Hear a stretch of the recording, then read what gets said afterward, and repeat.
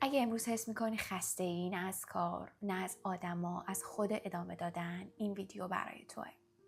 قراره با هم دیگه یوگا کنیم، نه فقط برای بدن، برای خودمون، اینکه بیشتر به خودمون گوش بدیم، به جسممون، به ذهنمون گوش بدیم.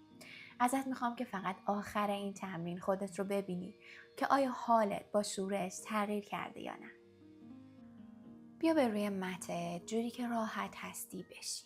چشمات رو ببند، دستات رو روی پاهات رها کن و اگر انقدر ذهنت مشغوله که نمیتونی چشمت رو بسته نگه داری، ایرادی نداره.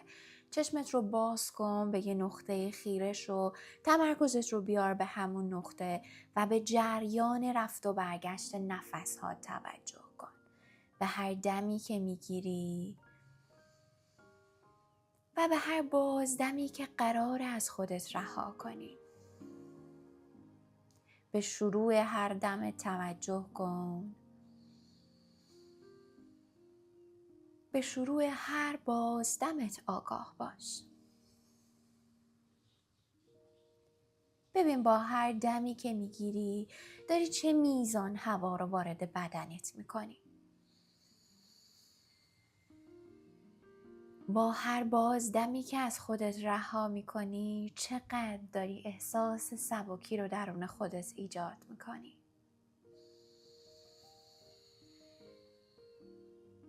به این نفس کشیدنت ادامه بده. با هر دم خودت رو پر کن و با هر بازدم خودت رو خالی و آزاد و رها کن.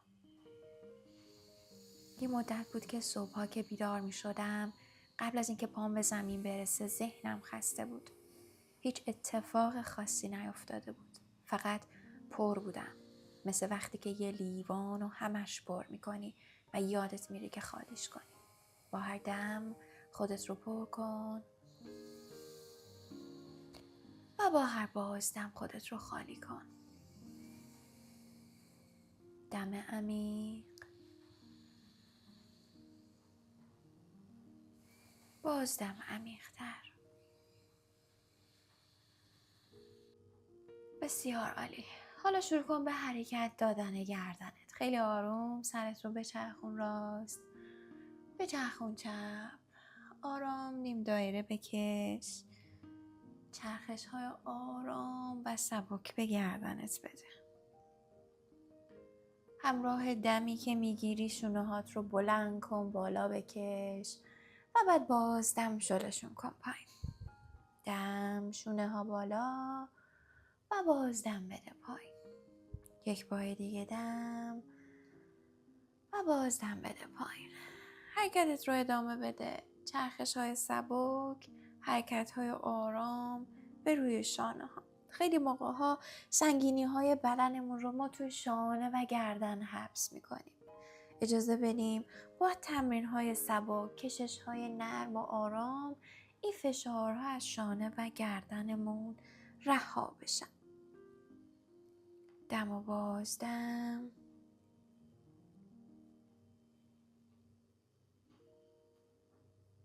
چیزهایی که هیچ وقت صدا ندارن ولی همیشه برامون درد دارن. لازم نیست که ما همیشه قوی باشیم. فقط بذاریم لحظه هایی بدنمون احساس سبکی و رها شدن رو داشته باشیم. و حالا بیا 4 دست و پا قرار بگیریم تو وضعیت تیبل پوز. همراه دم به کمرت قوس بده، به بالا نگاه کن و با بازدم پشتت رو گردش کن، سر رو بیار پایین. دم و بازدم، دم، بازدم. یه روز فهمیدم که مشکل من این نیست که همیشه خستم. مشکلم اینه که به خودم اجازه استراحت رو نمیدم. یا همیشه دارم میدوام، یا عجله دارم، یا اینکه توی سرزنش و فشارم. زندگی یه ریتمه. به خودت اجازه بده با هر دم رفت داشته باشی و با هر بازدم برگشت. دم و بازدم، دم، بازدم. بسیار عالی. بیا تو حالت کودک. بدنت رو رها کن. دستات رو کشش بده جلو. سرت رو آرام بذار به روی زمین. اگر سخته میتونی سرت رو دستت بذاری یا رو کسم بذاری. نفس بگیر. به بدن خودت توجه کن، به اینکه قراره توی این حالت خودت رو به زمین شل کنی. آگاه باش. دم و بازدم‌های آرام و راحت داشته باش. اینجا جاییه که لازم نیست کاملا درست باشی. لازم نیست قوی باشی. لازم نیست حتی بدونی فردا قراره چه اتفاقی بیفته. اگه امروز هیچ کس بهت نگفته، من بهت میگم. کافیه که هستی. و حالا بیا به پشتت دراز بکش. پاهات رو جمع کن توی شکمت. با دستات زیر پات رو داشته باش و آروم آروم به پهلوی راست و چپ خودت رو حرکت بده. لازم نیست کاری انجام بدی. رها باش. پاهات رو بغل کن. با خودت مهربون باش و به جریان نفس کشیدنت، به اتفاقی که داره تو بدنت میافته توجه کن.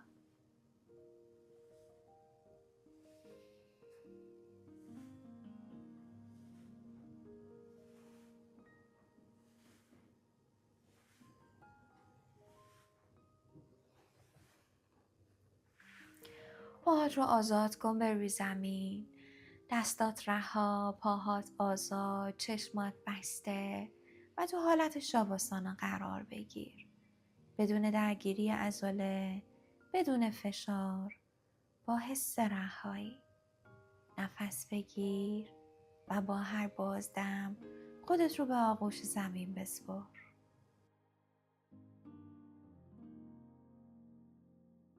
همینجا به خودت توجه کن. الان لازم نیست که حالت عالی باشه. فقط اگه یه ذره بهتر از قبل شدی، یعنی این لحظه ها، این تمرین ها ارزشش رو داشت.